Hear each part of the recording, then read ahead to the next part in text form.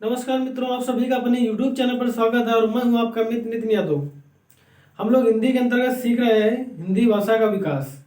हिंदी भाषा का विकास हम लोग सीख रहे हैं और हिंदी का जो टॉपिक हमारा वो कई वैकेंसी में आता है, जैसे हमारी दरोगा भर्ती हो गई, SSC GD भर्ती हो गई, UP SSC भर्ती हो गई। इसमें क्या है, हिंदी के भी क्वेश्चन आते हैं जो अति महत्वपूर्ण होते हैं और हिंदी भाषा के विकास से भी यहाँ से भी क्वेश्चन काफ़ी पूछे जाते हैं।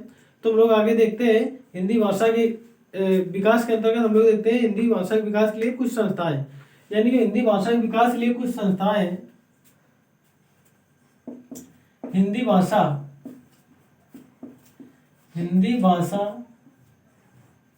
के विकास महत्वपूर्ण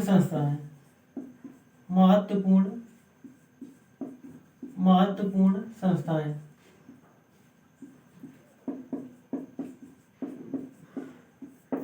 यानी हिंदी भाषा के विकास में जो है कुछ संस्थाएं भी जो है बनी, जिनके माध्यम से हिंदी भाषा का प्रचार और प्रसार हुआ, जिसमें क्या हिंदी भाषा का प्रचार और प्रसार हुआ।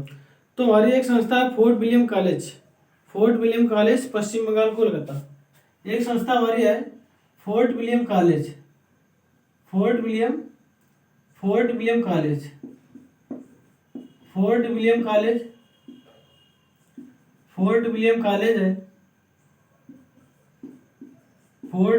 कॉलेज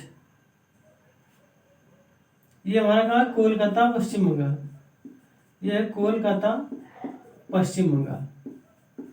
तो फोर्ट विलियम कॉलेज हमारा कोलकाता, पश्चिम बंगाल में है और इसका समय क्या हमारा, तो 1800 ईस्वी, यानी कि जो हमारा फोर्ट विलियम कॉलेज है इसका भी हिंदी विकास के लिए काफी माध्यम, क्योंकि ये जो हमारा फोर्ट विलियम कॉलेज है तो ये हमारे अंग्रेजी भाषा को जो है, यानी कि जो अंग्रेज थे उनको सिखाने के लिए खोला गया था कि इस संस्था के द्वारा हम लोग अंग्रेजों क्या है, हिंदी सिखाएंगे, जिससे उनका काम आसानी से जो है आसान हो जाएगा। तो इस तरह उन्होंने खोला था। फिर क्या धीरे धीरे विकास होता है क्या हिंदी का, और कई सारी संस्थाएं आई, जिसमें आ रही है एक नागरी प्रचारणी सभा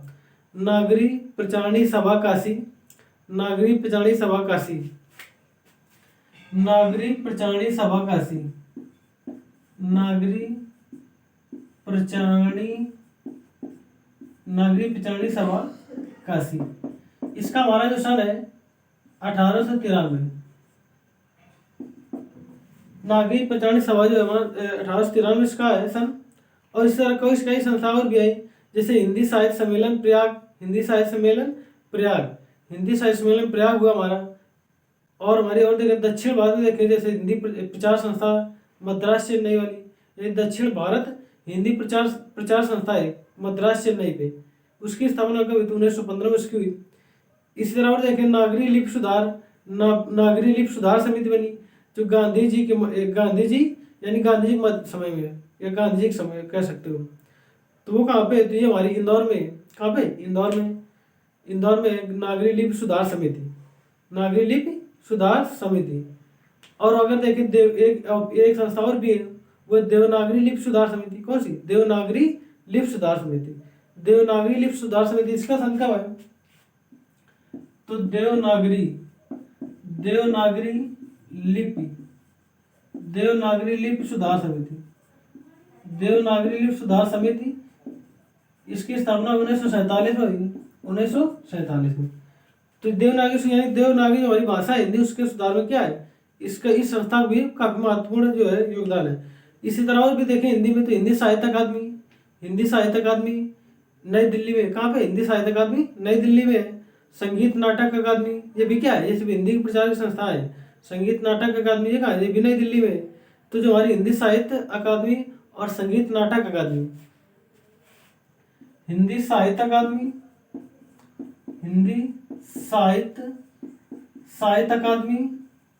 हिंदी नाटक अकादमी यह है कहाँ, तो ये दोनों हमारे दिल्ली। और इसकी स्थापना कब हुई, तो इसकी स्थापना हुई 1953। तो इस तरह के पेपर पे क्वेश्चन आते हैं। जैसे ये वाला क्वेश्चन हमारा आता है कि बताओ फोर्ट विलियम कॉलेज की स्थापना कब हुई, तो फोर्ट विलियम कॉलेज की स्थापना कब हुई, 1800 में। ये फोर्ट विलियम कॉलेज कहाँ पे स्थापित है? तो ये कोलकाता है। कोलकाता कहाँ? पश्चिम बंगाल। कोलकाता पश्चिम बंगाल में हमारा क्या? Fort William college. फिर नागवी पिछाड़ी सभा, इसकी स्थापना कब हुई? तो 1893। कब हुई? 1893। फिर देवनागरी लिपि सुधार समिति, इसकी कब हुई? तो 1947।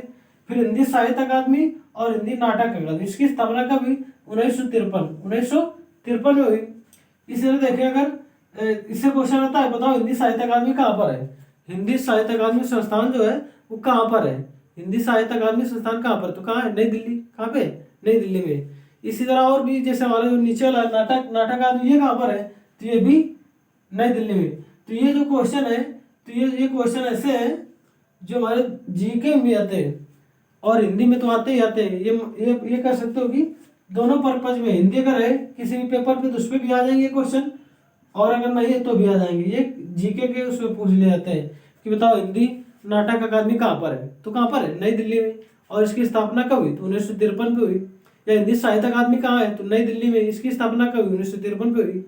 इसी तरह एक और है, राष्ट्रीय नाट्य विद्यालय। राष्ट्रीय नाट्य विद्यालय, राष्ट्रीय नाट्य विद्यालय। एक राष्ट्रीय नाट्य विद्यालय, राष्ट्रीय नाट्य विद्यालय, राष्ट्रीय नाट्य विद्यालय, ये कहाँ पर? तो ये भी कहाँ है? ये भी नई दिल्ली में। राष्ट्रीय नाट्य विद्यालय, राष्ट्रीय नाट्य विद्यालय कहाँ? ये भी नई दिल्ली में। इसकी स्थापना कब हुई? तो इसकी स्थापना हुई 1959 में। कब हुई? 1959। इसकी स्थापना कब हुई? 1959। है कहाँ पर? तो ये हमारा दिल्ली पे। तो हिंदी साहित्य अकादमी कहाँ पे? दिल्ली पे। हिंदी नाटक अकादमी कहाँ पे? ये भी दिल्ली पे। और राष्ट्रीय नाट्य विद्यालय कहाँ है? ये भी दिल्ली पे। और साहित्य अकादमी और नाटक अकादमी, इसकी स्थापना कब हुई? तो 1953 पे हुई। राष्ट्रीय नाट्य विद्यालय की स्थापना कब? 1959 पे हुई। तो ये हमारे पेपर पे आने वाले क्वेश्चन है। जैसे ये फोर्ट विलियम कॉलेज है, इसके बारे में पूछा जाता है, और हमारे ये तीनों क्वेश्चन इधर से हुए। और ये भी आते रहते हैं, नागरी पिछाड़ी सभा। तो ये सब क्या है? क्वेश्चन आने वाले हैं। तो इस तरह के हमारे जो है हिंदी भी क्वेश्चन आते हैं, जो हमारी क्या है, ये हिंदी विकास से संबंधित हिंदी क्वेश्चन है। कहाँ से? हिंदी विकास। और आगे देखते हैं हम लोग।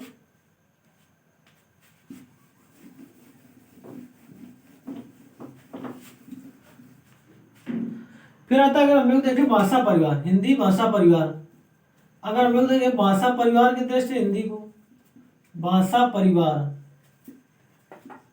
अगर हम लोग भाषा परिवार की दृष्टि से हिंदी को देखें तो क्या होगा? तो हमारे जो भाषा परिवार वो 4 प्रकार के। कितने भाषा परिवार? हमारे 4 है। भाषा परिवार हमारे कितने? 4 है। तो हमारे एक भाषा परिवार है बहुरूपीय। एक क्या है? एक हमारा है बहुरूपीय। एक हमारा भाषा परिवार है बहुरूपीय, बहुरूपीय भाषा परिवार। फिर एक हमारा भाषा परिवार द्रविड़। कौन सा है? द्रविड़। एक हमारा कौन सा? द्रविड़। तो इसी प्रकार जैसे ये लिखा बहुरूपीय। अब बहुरूपीय मतलब क्या है?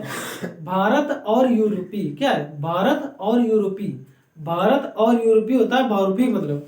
अगर देखिए इसी तरह, और हमारा आस्ट्रिक, आस्ट्रिक, आस्ट्रिक है। आस्ट्रिक बाद फिर देखेंगे चीनी, चीनी भाषा परिवार। कौन सा? चीनी। इस तरह क्या? चीनी या तिब्बती का, चीनी तिब्बती हमारा क्या है? एक चीनी तिब्बती भाषा परिवार है। तो ये सब भाषा परिवार जो उन्होंने क्या हिंदी को धीरे धीरे विकास करा है। इसी तरह ये बहुरूपीय है।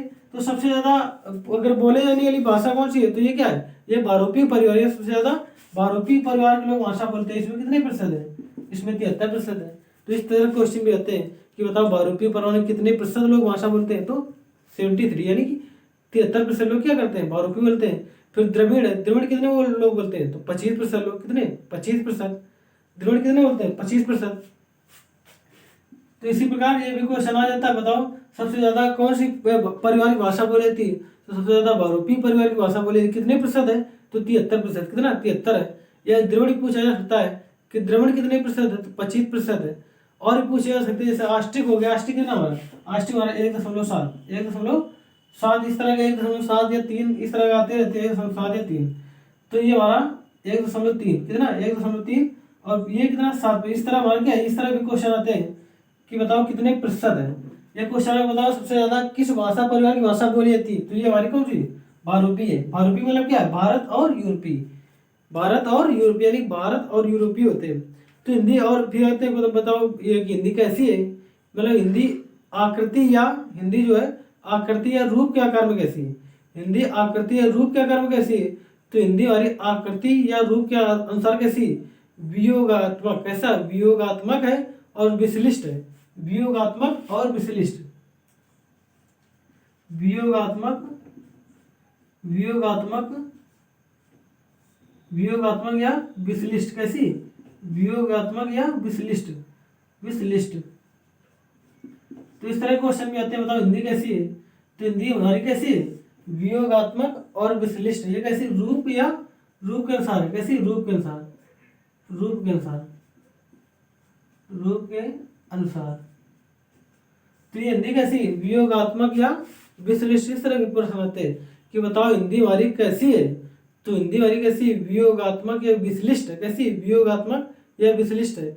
मतलब पूछा जाएगा बताओ आकृति या रूप के अनुसार, आकृति या रूप के अनुसार हिंदी कैसी है? तो आकृति या रूप के अनुसार हमारी हिंदी कैसी है? हमारी हिंदी है वियोगात्मक या विश्लिष्ट, वियोगात्मक या विश्लिष्ट, यानी कि विशेष प्रकार की भाषा। हिंदी कैसी? विशेष। तो हमारा जो देखें हम लोग ये देखें बहुरूपी 73% है, तो इस पर क्या है? भारत और यूरोपी। क्या है? भारत और यूरोपी या हिंदी बहुरूपी कैसा? तो इसको बोले जाते इंडो यूरोपियन। क्या? इंडो यूरोपियन, यानी भारत और यूरोप इस तरह मिलकर हमारे क्या है? इस तरह हमारा विकास होता गया धीरे धीरे। इसको जो हमारे ईरानी है, क्या वो पहले बताया गया था ना ईरानी बारे में, कि ईरानी यानी कि हमारी हिंदी भाषा वो किसकी देन है? ईरानियों की देन है। हिंदी भाषा हमारी किसकी देन थी? ईरानियों की।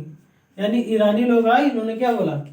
इन्होंने हिंदी हिंदी सिंधु देश को हमारे, यानी सिंधु जो नदी है पश्चिम में, सिंधु नदी, इसको बोला क्या? हिंदू सांग बोलते थे। हाँ, तो इस तरह धीरे धीरे विकास हुआ, फिर हिंदी बनी या हिंद बनी। तो इस तरह हमारा धीरे धीरे हिंदी हिंदी बोलने वाले लोगों को बोलने लगे, इस स्थान को हिंदुस्तान बोलने लगे, हिंदुवासी बोलने लगे, सिंधु के स्थान पर रहने वाले लोग जो थे। तो भाषा परिवार के हिसाब से देखा है तो 4 प्रकार के भाषा परिवार हैं, जिसमें बहुरूपी है, द्रविड़ भाषा परिवार है, और हमारा आष्ट्रिक भाषा परिवार है, और हमारा चीनी तिब्बती, कौन सा? चीनी तिब्बती भाषा परिवार है। तो इस तरह हमारा अब हम लोग आगे चलते हैं, जिसमें सीखेंगे हम लोग संवैधानिक दृष्टि से हिंदी भाषा का विकास। संवैधानिक दृष्टि से हिंदी भाषा का विकास, संवैधानिक दृष्टि से हिंदी भाषा का विकास देखते हैं। संवैधानिक दृष्टि से हिंदी भाषा का विकास, संवैधानिक संवैधानिक संवैधानिक दृष्टि से हिंदी भाषा का विकास, हिंदी भाषा का विकास, हिंदी भाषा का विकास। तो हम लोग देखते हैं संवैधानिक दृष्टि से हिंदी भाषा का विकास। तो अगर देखा जाए तो हम लोग बोलते हैं कि से हिंदी भाषा विकास के अंतर्गत हम लोग देख रहे हैं, देखेंगे। अब लिखा संवैधानिक दृष्टि से, तो देखेंगे हम लोग संविधान के हिसाब से देखें तो हिंदी हमारी जो है, हिंदी को बोला जाता है राजभाषा। क्या बोला जाता है? राजभाषा। हिंदी को बोला जाता है क्या? राजभाषा। हिंदी क्या है? एक राजभाषा। ये संवैधानिक शब्द है, संविधान में लिखा हुआ है, हिंदी राजभाषा। क्या? राजभाषा। अब राजभाषा का मतलब क्या होता है? राजभाषा मतलब जो हमारा काम काज होता है वो हिंदी पे होता है।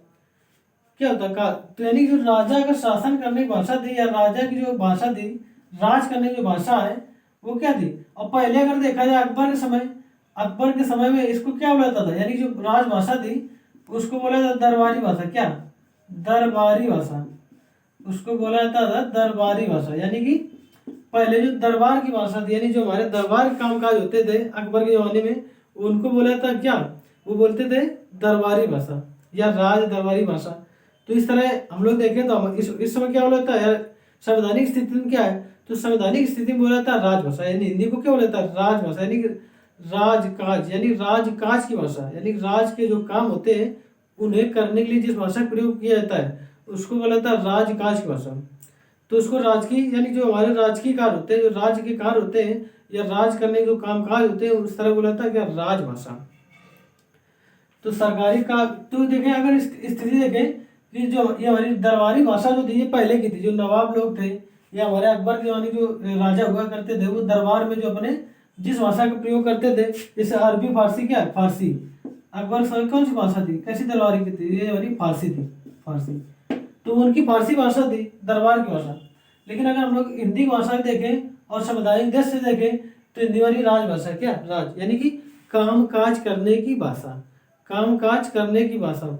अगर आप फिर आगे देखते हैं राजा, यानी जो राजभाषा थे हमारे, जो पहले के जैसे शुरुआत हुई हिंदी की, तो उस समय जो है यानी जो कामकाज की भाषा थी, तो बता दिया गया हिंदी अंग्रेजी। कैसी? हिंदी अंग्रेजी। मुख्यतः हम लोग हिंदी का प्रयोग करते हैं। अब देखेंगे तो इसकी स्थापना यानी कि ये इसका जो है राजभाषा जो प्रयोग किया गया कब, तो ये हमारा 14 सितंबर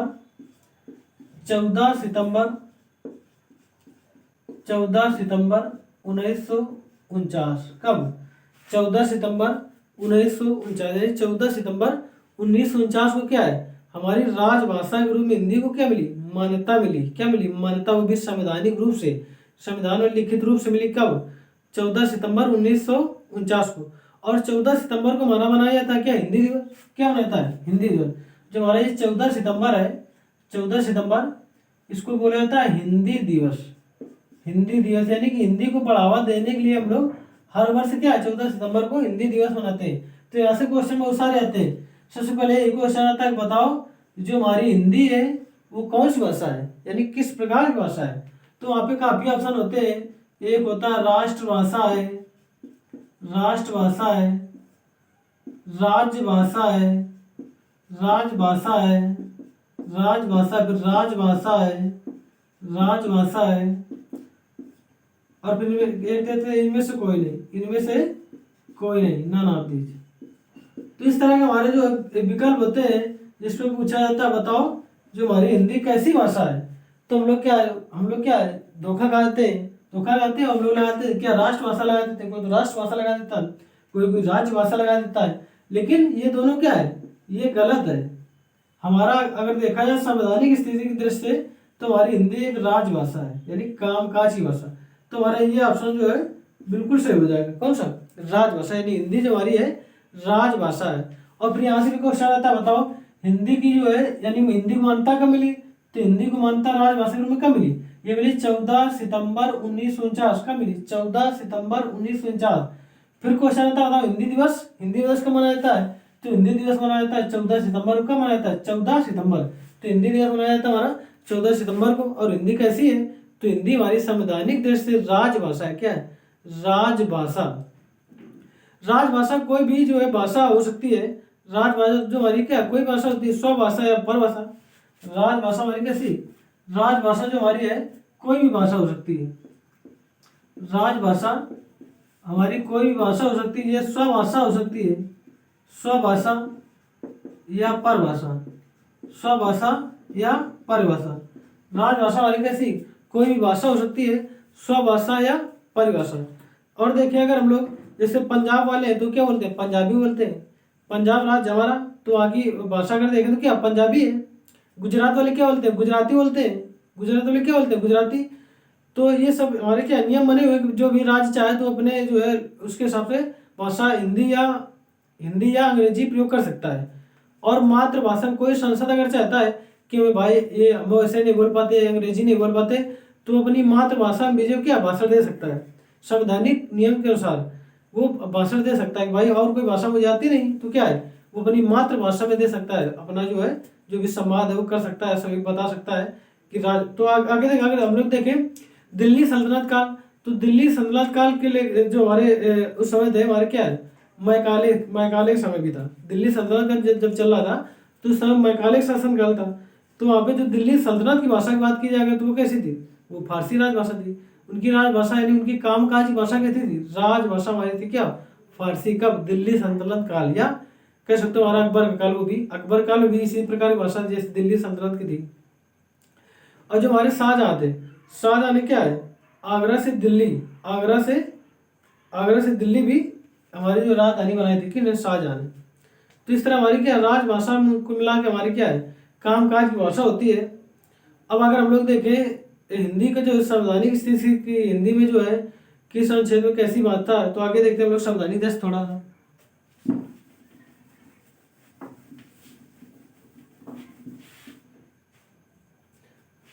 संवैधानिक स्थिति, संवैधानिक स्थिति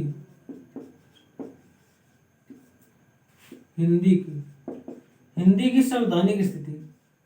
अब हिंदी की अगर संवैधानिक स्थिति देखेंगे तो हमारा जो संविधान उसमें एक हमारा भाग है 17, भाग हमारा 17 है, भाग 17 हमारा है। और अनुसूची नंबर 8, अनुसूची नंबर 8, अनुसूची 8वीं अनुसूची क्या हमारी भाषा के बारे में बताती है कि जो हमारी भाषा है वो कैसी है।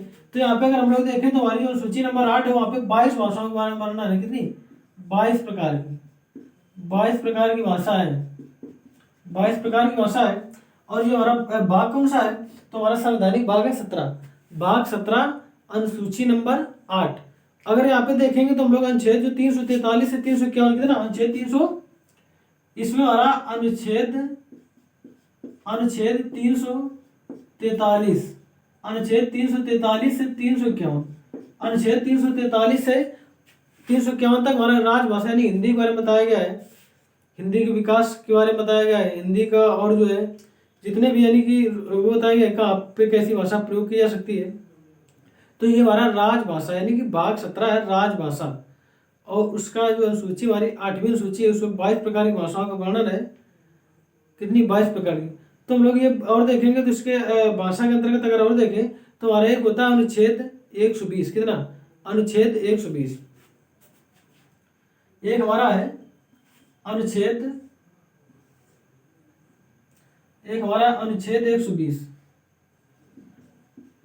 अनुच्छेद 120। तो अनुच्छेद हमारा जो 120 है, अनुच्छेद 120 है, तो ये हमारा बताता है क्या? संसद में प्रयोग की जाने वाली भाषा। क्या बताता है? संसद में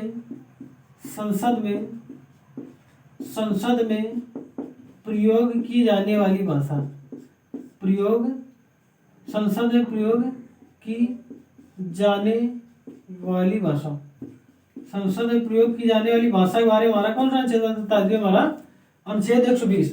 तो अनुच्छेद 120 बताता है कि हमारी जो संसद में भाषा प्रयोग होगी इसमें क्या होगी? तो यहाँ पे हमारी हिंदी यानी जो संसद का काम काज होगा हमारा हिंदी या अंग्रेजी, किसमें होगा? हिंदी या अंग्रेजी हमारा संसद का काम काज होगा। और अगर कोई ऐसा हमारा संसद है या कोई ऐसा सदस्य है जो ये दो भाषा नहीं जानता, वो केवल मातृभाषा जानता है, तो उस पर भी अपना भाषण दे सकता है। क्या? मातृभाषा यानी कि जहाँ जन्म स्थान जैसी लोकल भाषा बोलता है उस पर भी बना क्या वो संवाद कर सकता है, बातचीत कर सकता है। तो हमारा संवैधानिक स्थिति अनुसार देखें तो अनुच्छेद 120 बताता है कि संसद में प्रयोग की जाने वाली भाषा यानी संसद में जो भाषा होगी वो किस तरह प्रयोग की जाएगी। तो हिंदी अंग्रेजी कोई संसद चाहता मातृभाषा तो वो भी क्या है अपना जो है दे सकता भाषण।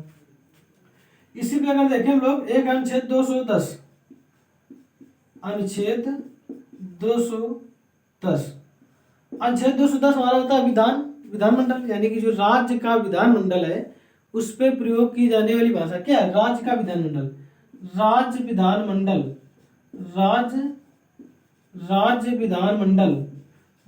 विधानमंडल में प्रयोग की जाने वाली भाषा, राज्य विधानमंडल में प्रयोग की जाने वाली भाषा, राज्य विधानमंडल में प्रयोग की जाने वाली भाषा।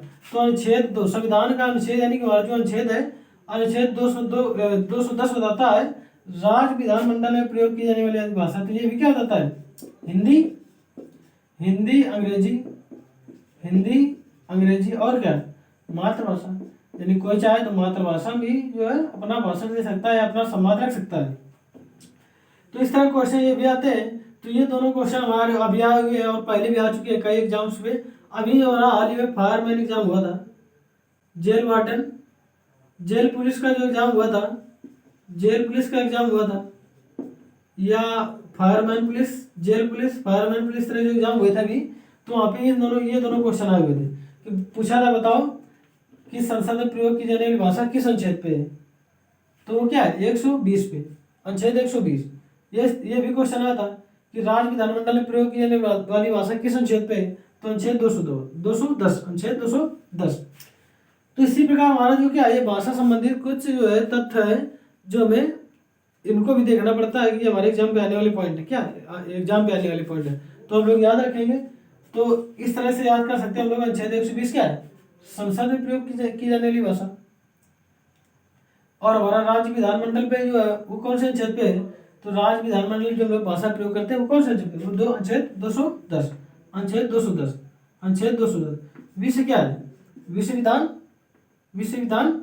और यहाँ टू क्या है, तो V2, यानी V2 मतलब क्या है, तो V2 मतलब क्या होगा, विषय विधान, यानी कि विधानमंडल में प्रयोग की जाने वाली भाषा किस अनुच्छेद पे है, तो 2 यानी कि 210, 210 याद है क्या। संसद में प्रयोग की जाने वाली भाषा कैसी होगी, तुम्हारा क्या है, संसद यस और वन, यस वन, यानी संसद में प्रयोग की जाने वाली भाषा यस से संसद, संसद में प्रयोग की जाने वाली भाषा क्या है, वन यानी कि 120। तो इस तरह हम लोग कई तरीके से याद कर सकते हैं, अलग अलग जिसका जैसा माध्यम होता है वो याद कर सकता है अपना। तो हम लोग अब आगे जो अगले वीडियो पर देखेंगे इसमें हम लोग विस्तृत चर्चा करेंगे अनुच्छेद 343 से अनुच्छेद 351 तक के बारे में। इस पर हम लोग विस्तृत चर्चा करेंगे। और वीडियो को लाइक करें, सब्सक्राइब करें, शेयर करें और बेल आइकन भी दबा लें, जिससे क्या है जितनी भी नोटिफिकेशन है वो शीघ्रता से प्राप्त हो सके आप लोगों को। जय हिंद दोस्तों।